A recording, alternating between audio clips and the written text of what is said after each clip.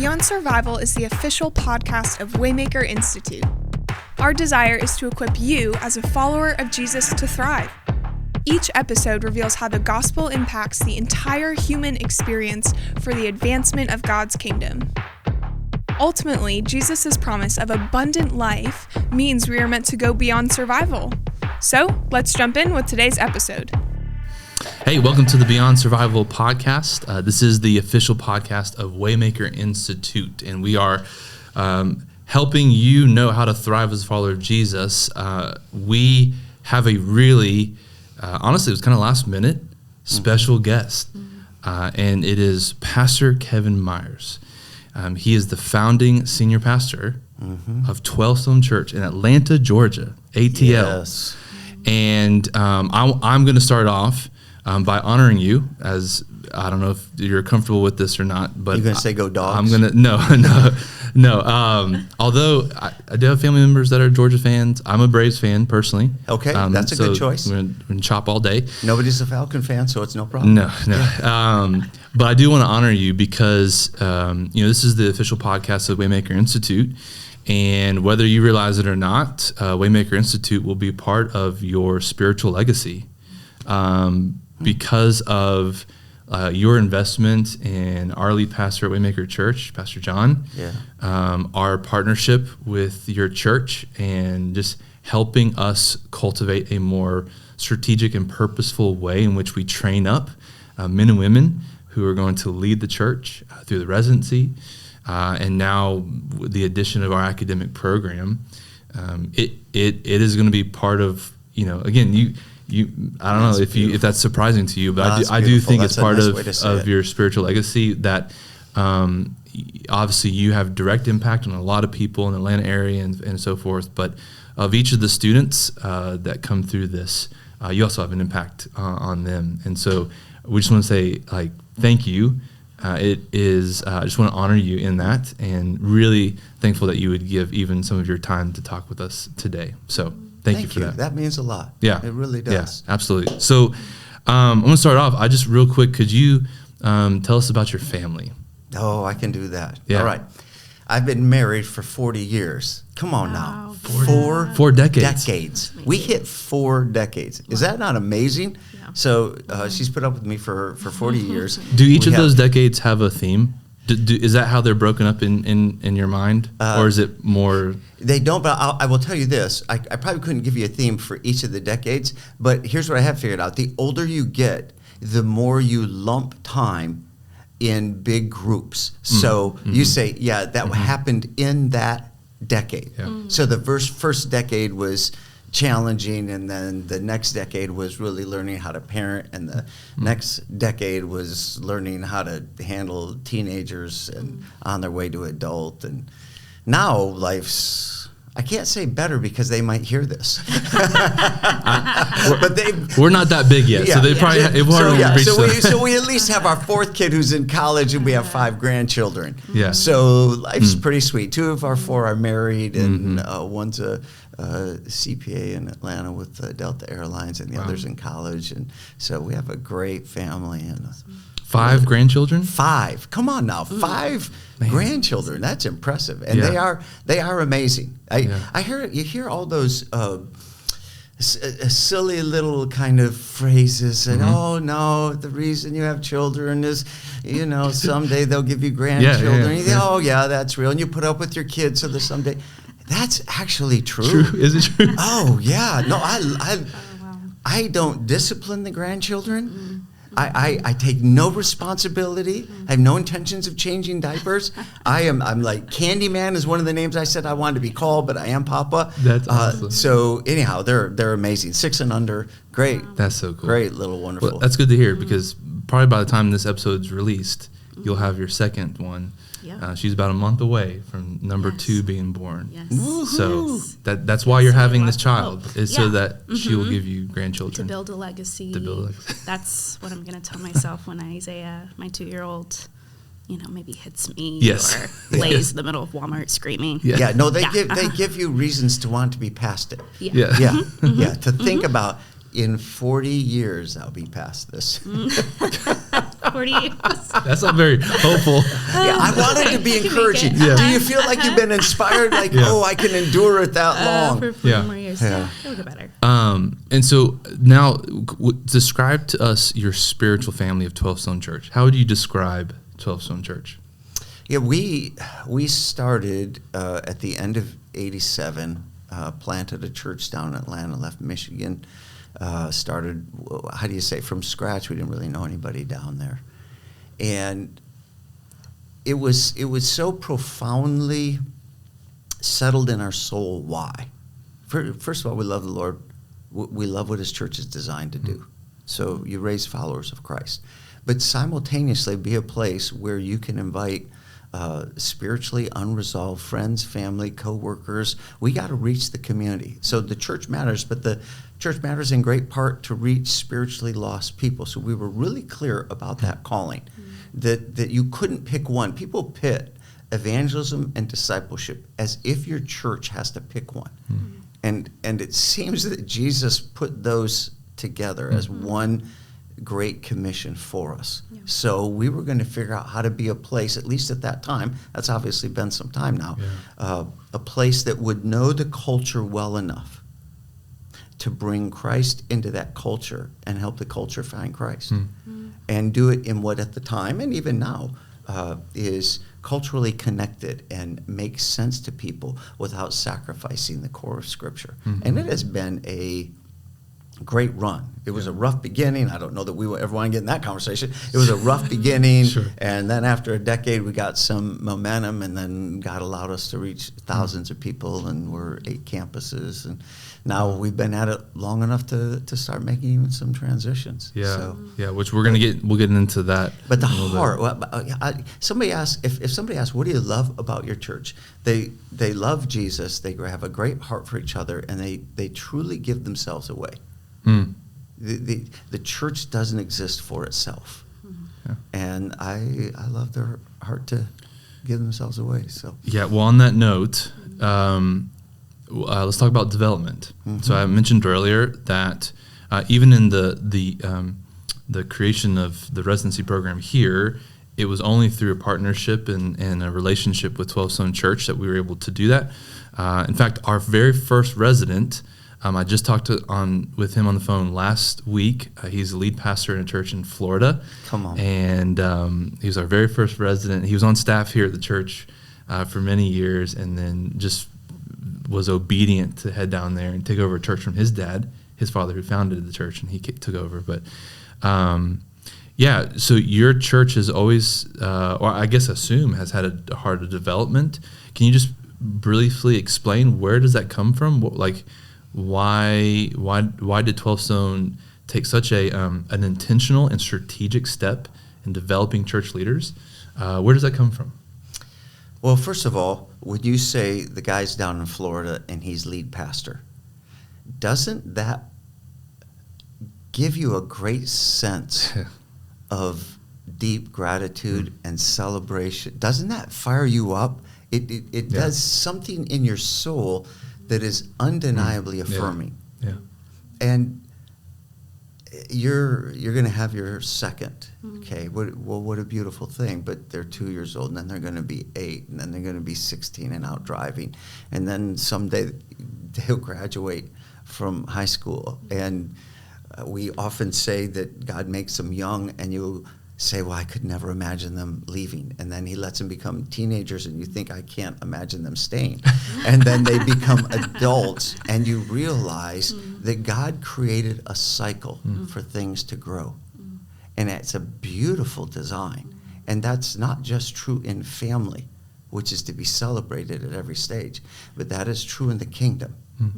And I was so deeply marked by people who were 10, 20, 30 years older than me, who cared enough to invest when we were young and couldn't add much to the kingdom. And something in them said, that's the future right there. And so we're going to pour in like you are the future of the kingdom. And you don't need a lot of people to do that in your own personal experience. I mean, we need a lot of it in the kingdom. But you only have to have 2 or 3 people who cared enough to say, no, you matter. I see the someday person you could be if you would stay yielded to God. And here's the thing, when you're young, you can't create your own development path. Children do not create families. They're brought into them. The adults have to create the family. The adults have to create the development process. The adults have to make the sacrifice. And if the adults will do that well, the kids have a shot at the future. Yeah. So we saw that as a church. It is on us to be, if you will, spiritual parents and have as much faith and forward sight for a rising generation as we experienced when we were young. Yeah. So it sits deep in our soul. Yeah. And I could, we won't take the time, but I could name names of people and some who have passed. Obviously, I'm getting old, and they've passed, and they're with the Lord. Awesome. But had they not sacrificed and said, "You matter enough to be invested in. I'm going to pour into you," I would never have become the person or the pastor that I am. So I'm indebted. Yeah. Yeah. So when you say this, I don't think, oh, look what we've done. Sure. This is amazing. And, we've got 300 or 400 come through our residency, and look what the kingdom of God has done. And they're leading across the country and internationally. Sure, it's awesome. We celebrate it. But not without an awareness that I didn't start that. That happened when people, back when we were young, cared enough to invest. So that's how I think about it, even when you say it. Yeah. I know you want to ask about the cost of development, what it takes, what it costs to take the time to develop someone.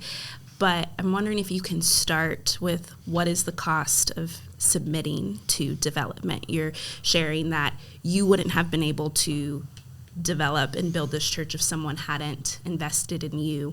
What is the cost of submitting to that?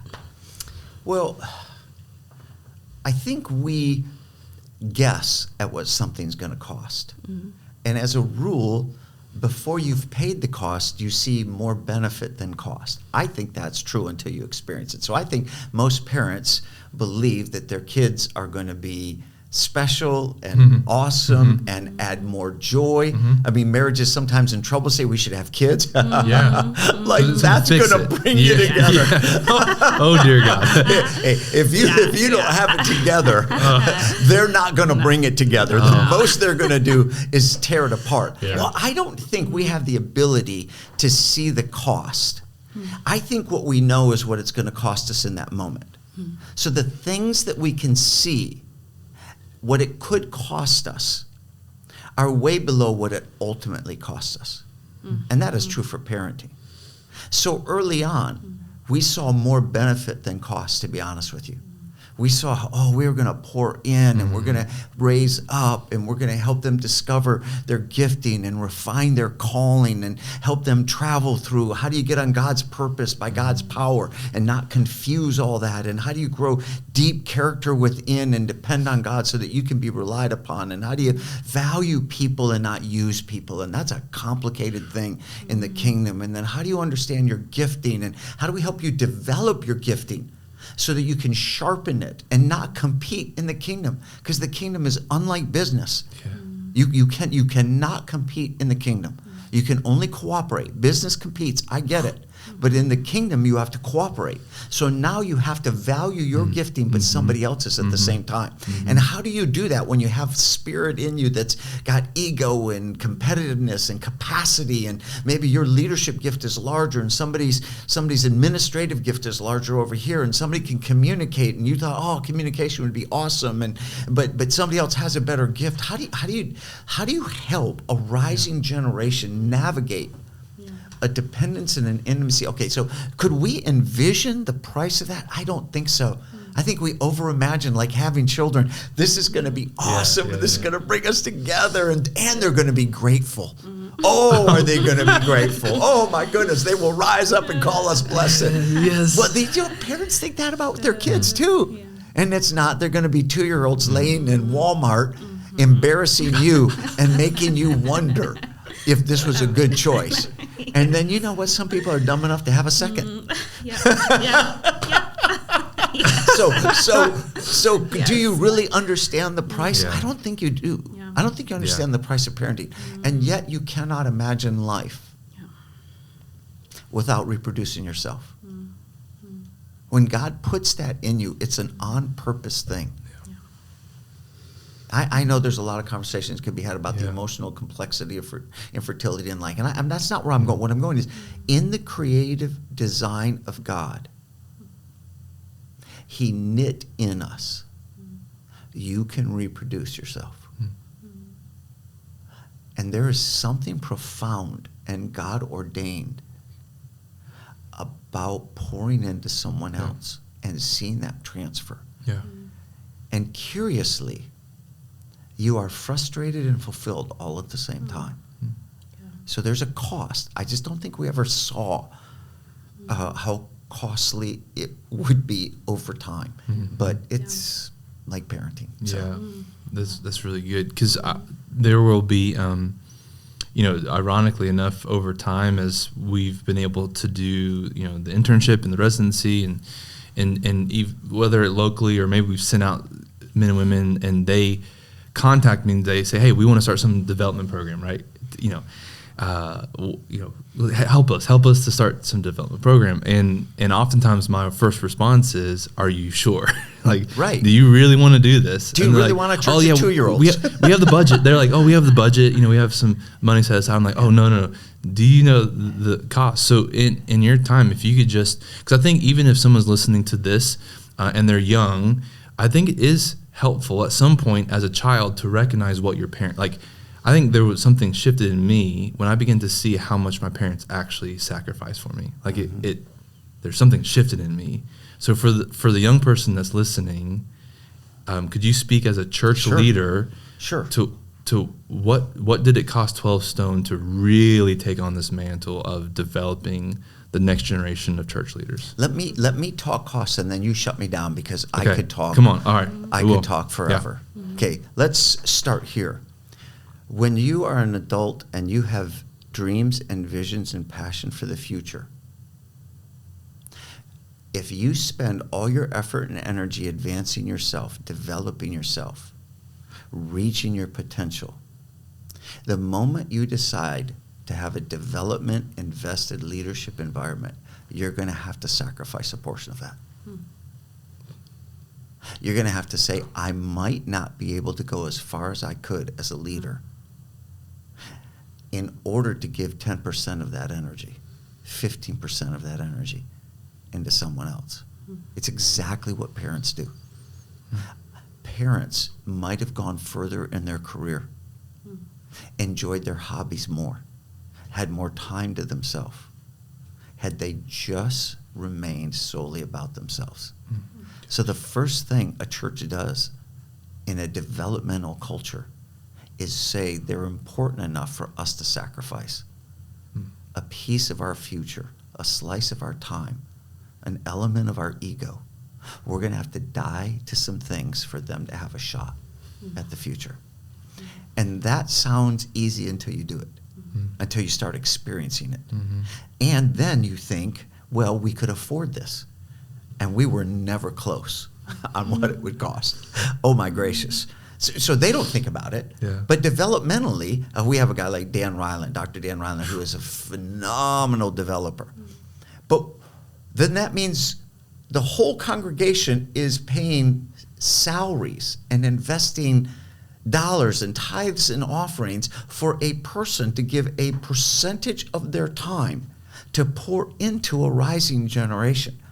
And pretty soon, we've got half of this staff member, then a whole staff member over here, then administrators, then leaders. Then we have to capture the whole environment. So now we've got digital equipment coming together. Sounds really close to home. We got to spend hours putting material together and thinking about it. And then you think they're going to get it, and they don't get it the first time. So now you have to have it layered. So now you got to teach it once, twice, 3 times. Pretty soon you're like, how difficult is it for y'all to grow up? Then you encounter their baggage. I feel so seen. When you encounter their baggage, you got to start providing counsel and support. And then you get into the mess of their lives and what didn't work when they grew up and what baggage they're bringing spiritually. You're like, oh, now we got to care about their internal development.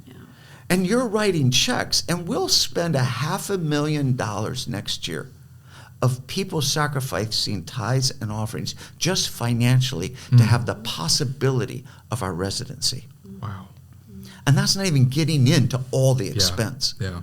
And then a cost the church has to say, like residency does at a hospital. Mm-hmm. We're going to let residents come in and do work on you. And you're like, I don't want the resident. You know what? I don't want the dental student that's just figuring it out. I don't want the resident coming in and having 5 residents stand around you. Now let me explain how this person's medical. I don't want, this is my stuff. Y'all move. A whole church having a bunch of residents around who have egos bigger than their gifts. And ideas below their experience, telling us all how to do it. Because rarely do you bring in people who have no confidence. Sure.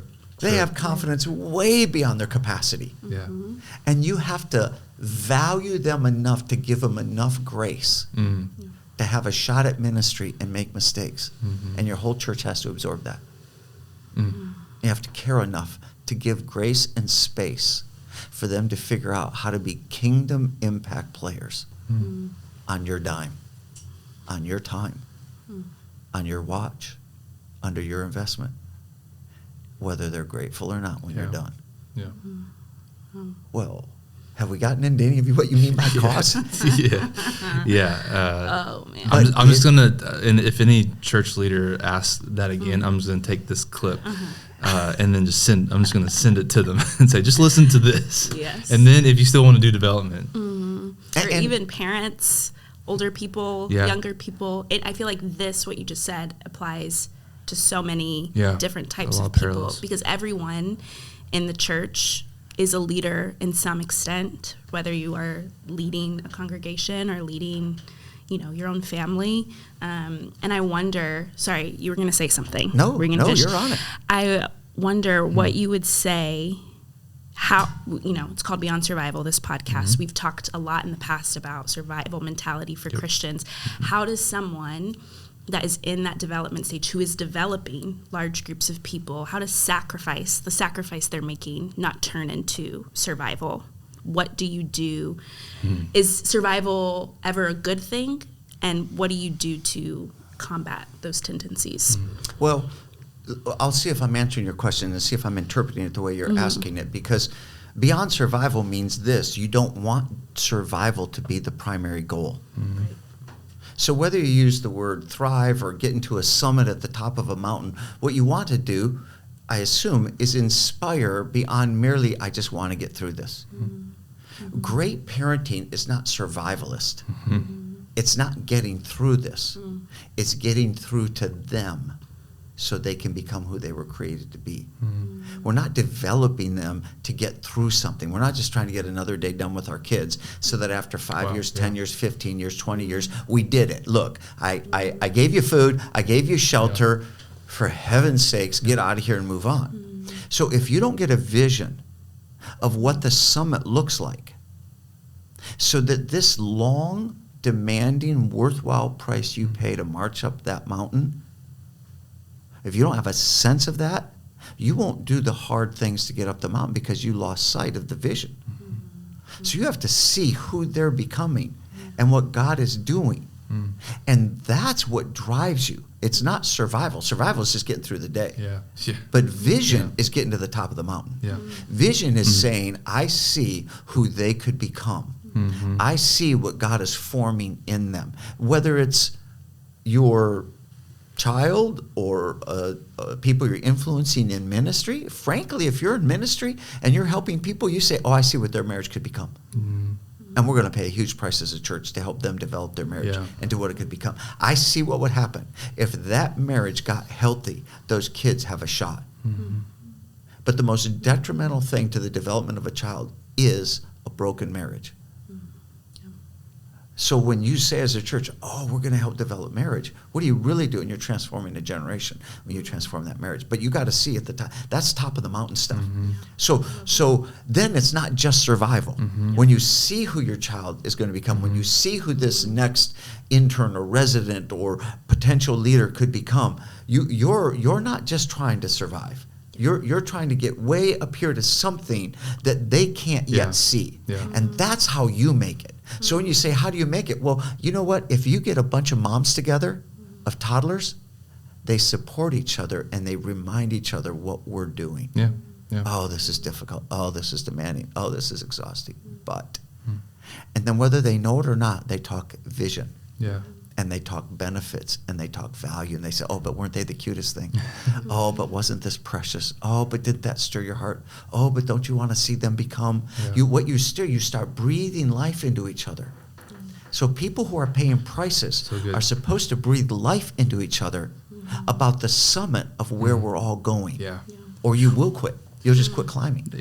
So vision is the thing that whether it's a marriage or a family or in parenting or in leadership, vision is the thing that helps you to move beyond just, hey, we got through it another day, we made it. It's like, no, there's actually something beyond just making it that we're moving towards. Even in our faith, even in our walk with Jesus, it is more than just, hey, I'm going to die and go to heaven one day. That's part of it, but what are we actually moving towards here, even on earth? And so to have that vision moves us beyond survival, which is really powerful. So I mentioned at the very beginning that you're in a uncharted territory in your life as a leader, where you've been a part of this church, leading this church, founded this church for decades. And I remember I watched the service online where you announced to the church that you were passing on the reins, the baton, if you will, handing the keys over to the next person. And I watched that, and I was so inspired and moved. And I remember Pastor John and I were talking about it together. So it's been a couple of years in the making, correct? This transition, and then this August, he becomes the senior pastor on August 6th. Yeah. So I guess let's start, because one of the values of Waymaker Institute is that we want to begin with the end in mind, meaning for any of our students, whether it's an 18-year-old, young adult who just graduated high school, starting the academic program, we want them to begin to think about finishing well. We want to prepare them, equip them, so they actually think, what would it mean to finish well in family and in faith, in my profession and ministry. So can you just begin to put some language to how you think finishing well looks like? You still got other things I know planned up in here, but as far as this particular position of senior pastor, what does finishing well look like? What does it mean to you?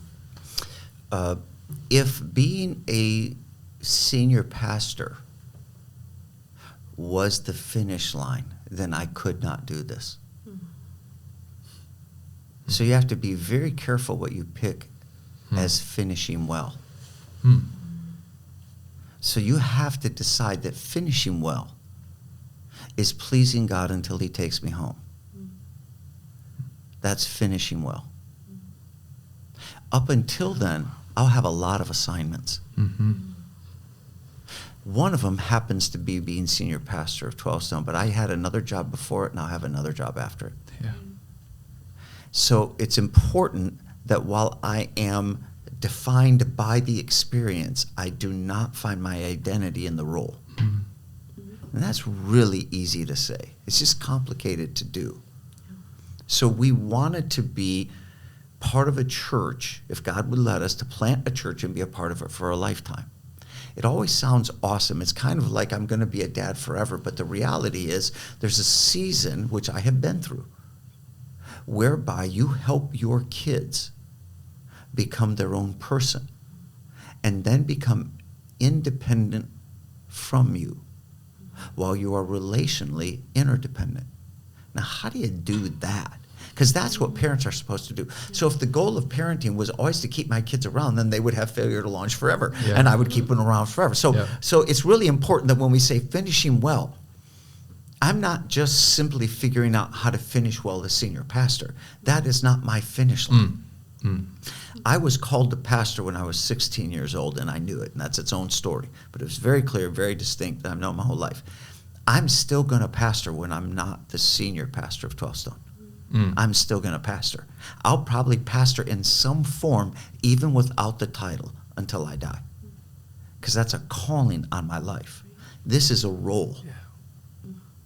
And while it's purposeful, finishing well means I have to take the season that I was senior pastor and hand it off in a way that demonstrates everything I've said all these years I did mean. And it's tough to live with your own preaching. Oh, gosh. Come on. That is tough. Come on. So all this time, I'm telling a generation ahead of me what they should be doing while I'm growing up. Mostly they should get out of the way. Come on. If we're going to be honest, when you're young and you're rising up, you're like, man, you guys, we're so proud of what you did.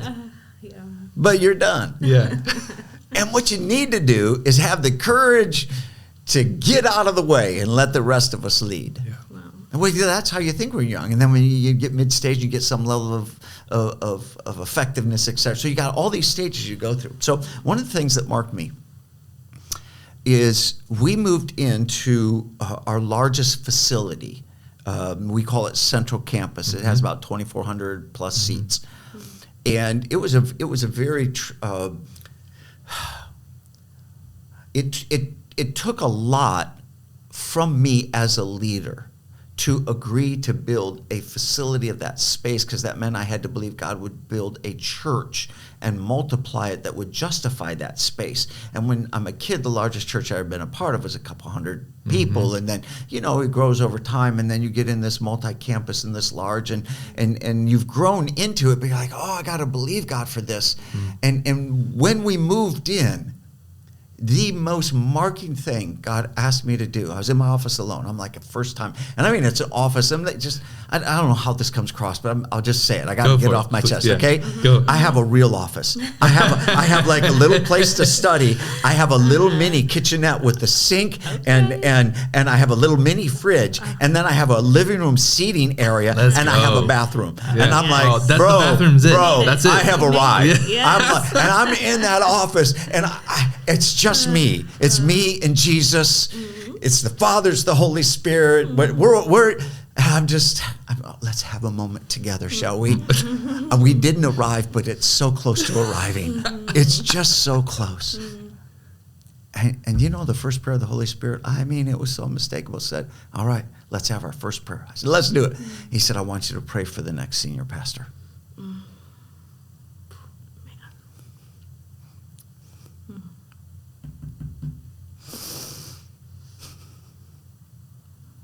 Sorry. It messed me up then. It messes me up now. I thought that was the oddest thing. Pray for the next senior pastor.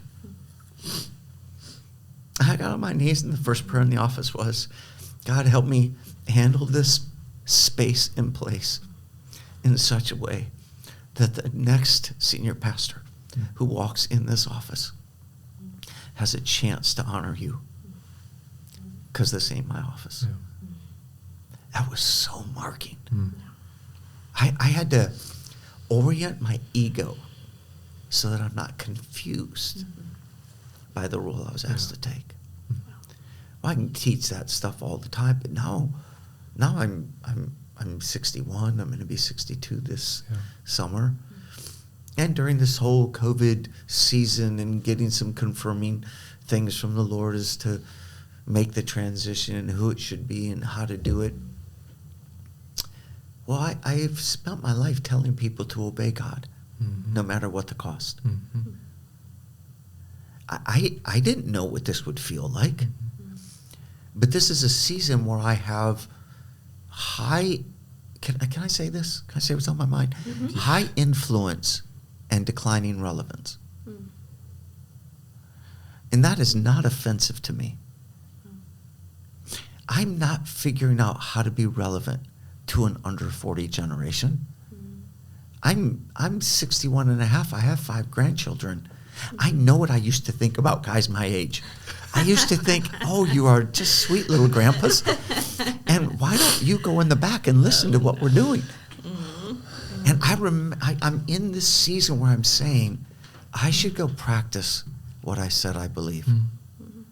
I should go pour into the next generation and give them my influence and let them leverage their relevance. And I should do it in such a way that we have been talking mutual voluntary submission, because the kingdom is not a competition. And therefore, it's not a company. And I don't sell it. I just hand it off. I don't own it.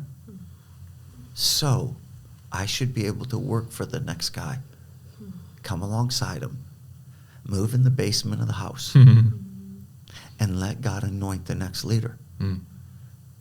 And given the fact that I'm empty nester along with this age and stage, we were quite convinced God showed us who and how to do it. And now I just got to make good on it. So I've said, you might have listened to that service. I got done with that service. I'm like, I got to go live with this. Yeah, I gotta go. It's out there. You know what I mean? Yeah, it's out there. You birth the baby and you're like, oh, this is awesome. This is awesome. What am I doing? Yeah. I have to take this little thing home. Yeah. I got to provide. I got to raise. I got you like you put yourself in situations where you got to go live out what you say you care about. And it's untested. I'm unproven. But I've gone public, and I know what I'm supposed to do. And I know how we're supposed to transition this, transfer this. And there's a lot of details underneath it, and there's a lot of executable, really important leadership layers that make it possible, because it's got to be more than words. And so how we're doing this in the life of a church really, really matters. But the world first, and then the church should see that following Christ should make sense all the way into how you hand off a church. That people say, oh, you founded, yep.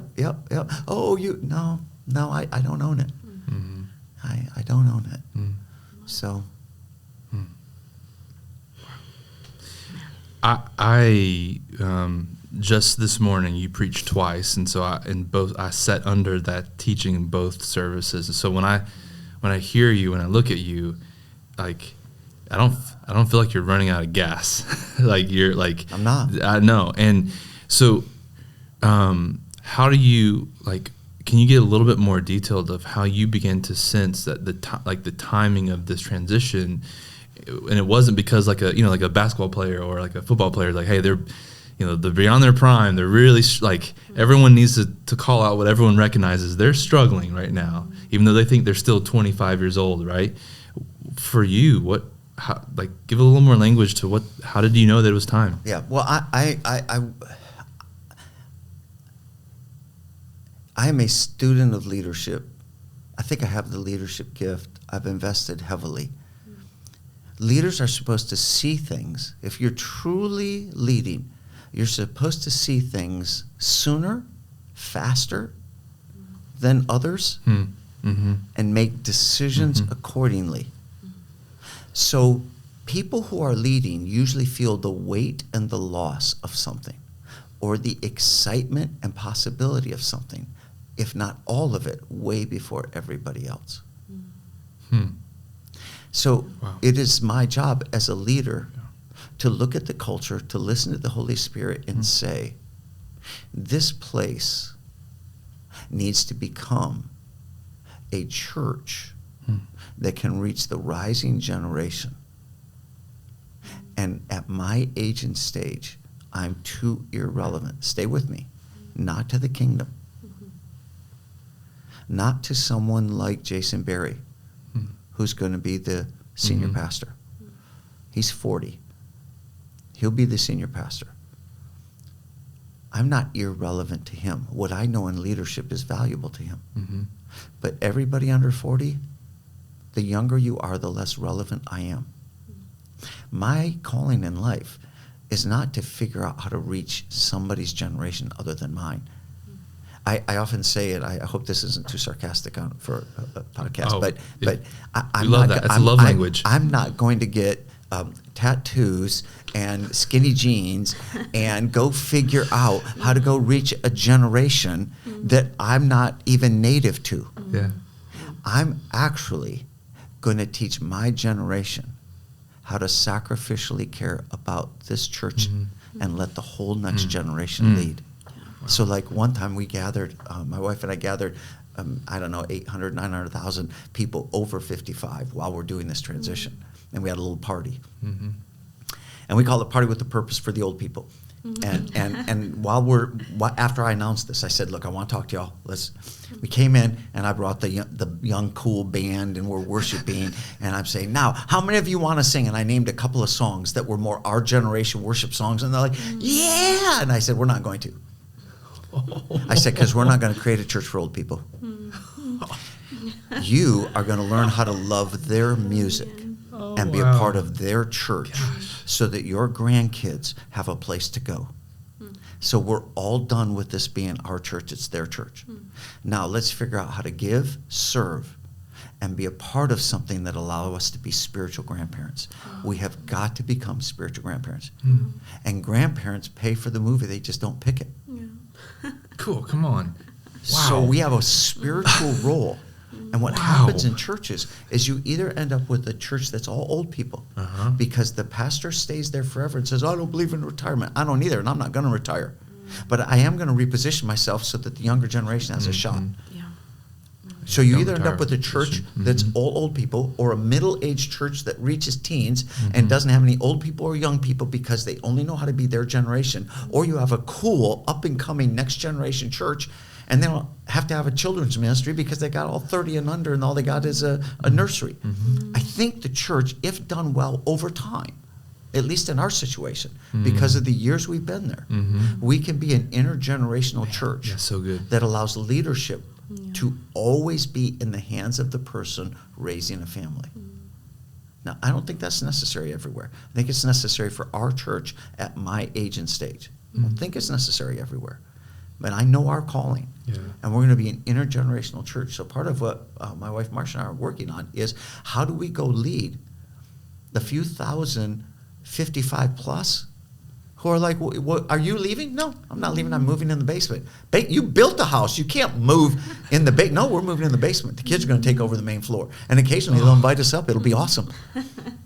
And listen, we're not going to carry the whole responsibility for the house, but we're going to care enough that we're foundational to it. Yeah.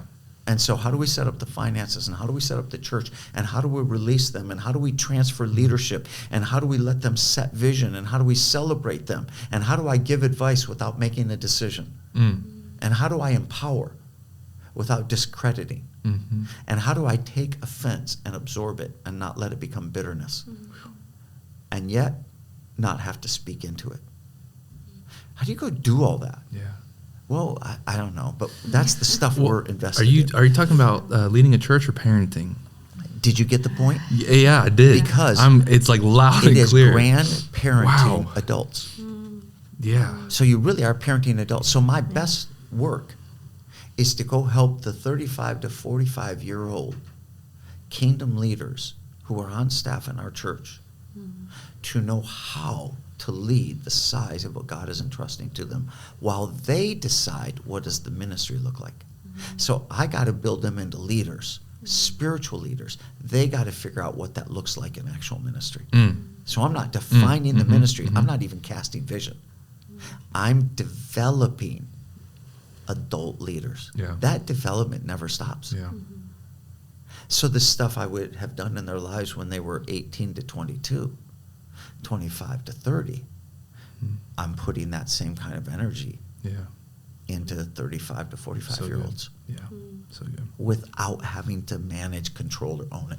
At least that's what we're trying.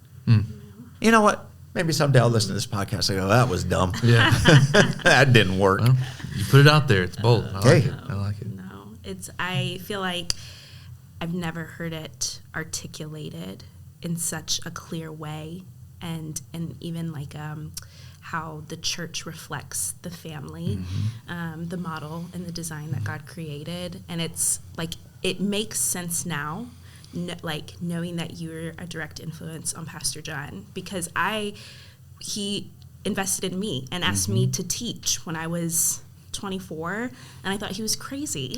And he probably was. He probably was. Yeah.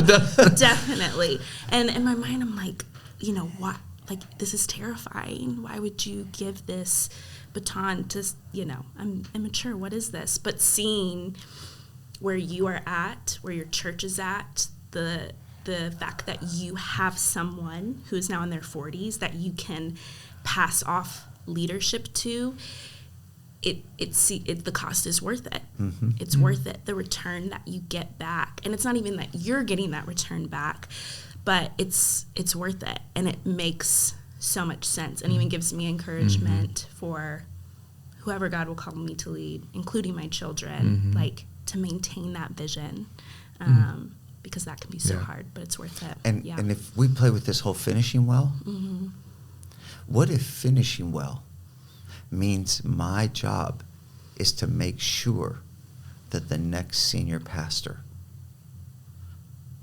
can have the full impact of God's vision over their life and leadership for the church, for the community? What if it isn't just me? What if that's part of finishing well?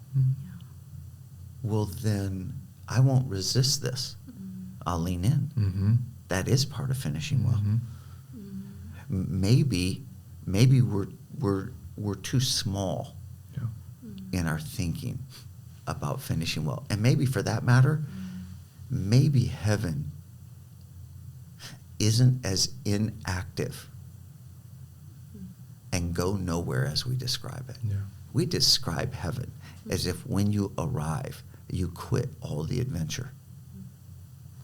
But when you read Scripture, Jesus seems to describe something more.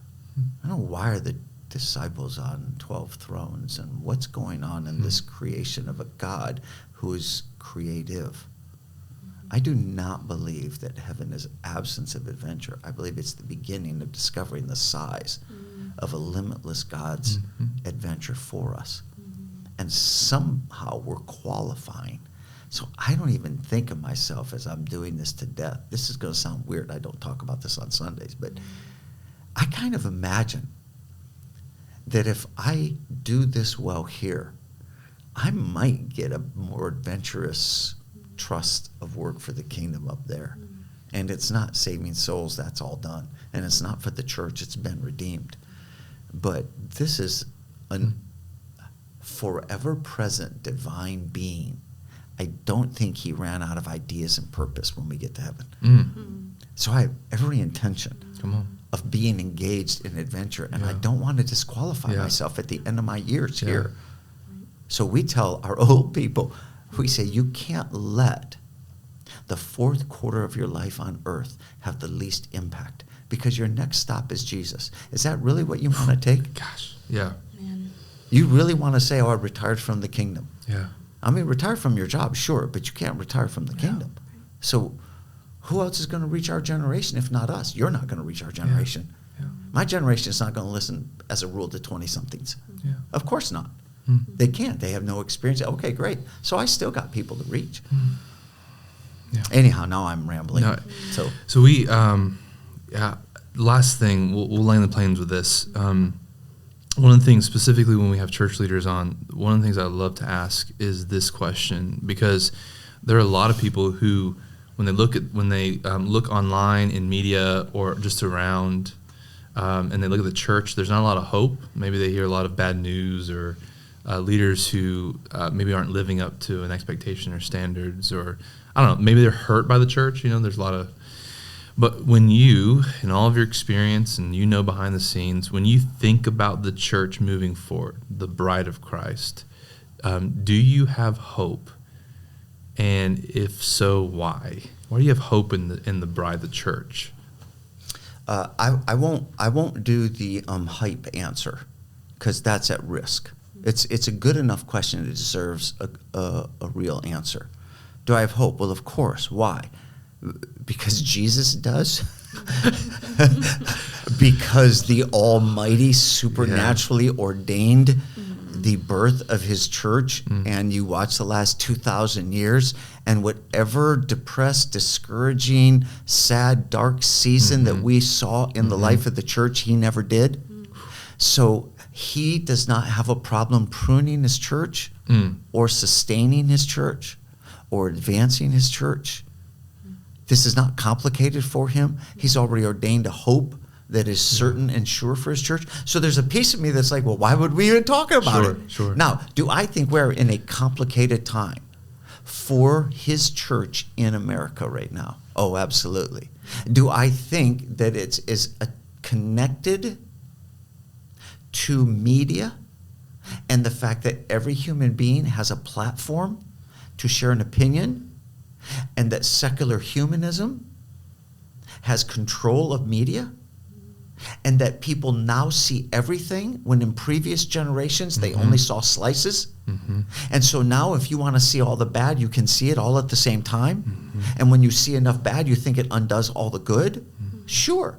Am I concerned about where our country has gone and the unraveling of character and good leadership? Absolutely. However, how do they say? The greater the darkness, the brighter the light. I know that sounds like, oh, that's so trite. Well, it is a little bit.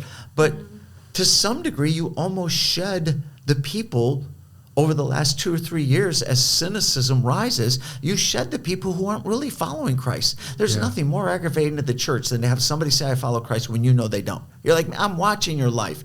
You're following Jesus? I'm not trying to be rude, but you know exactly what I mean.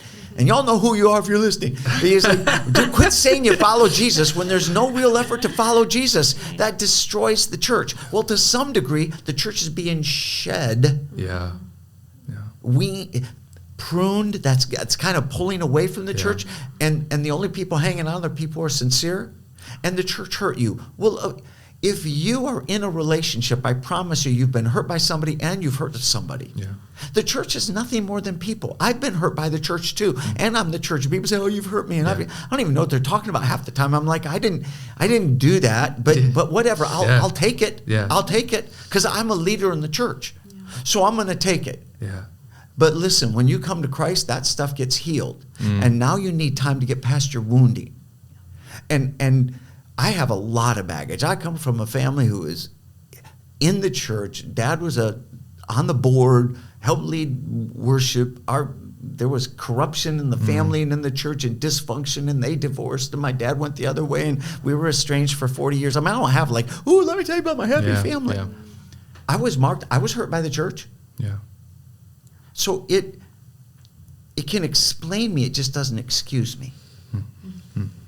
And the moment you start using hurt to excuse you, instead of being part of the hope that is Christ in us, you become part of the excuse.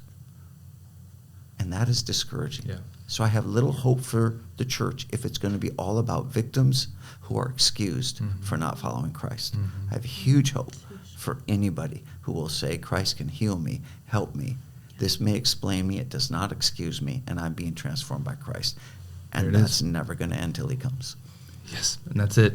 I mean, on that mark, when we focus on Jesus, we trust his hope in the church, and we also look to him for the healing, then there is hope. Hope is found there. So again, Pastor Kevin, thank you again. One, for just taking the time for this specifically, and the vast topics we were able to cover in such a short amount of time. But then, more importantly, thank you for paving a path that our lead pastor and then others, will, not just in 12 Stone, but even Waymaker Church, could kind of follow in the heart of an anthem of development. And so thank you. And then we'll record another podcast in a year and a half and see how the transition goes. Yeah, there we go. Then I'll say, you know, all that stuff I did last time, that was from Pastor John. Yeah. Everything that didn't work was John's fault. Yeah. And I love John, but he didn't listen to Tammy, and he didn't listen to me, and I listened to him, and the whole thing blew up. Awesome. That's so good. Appreciate it, guys. Again, thank you. Absolute joy. Yeah. Thanks. Thanks.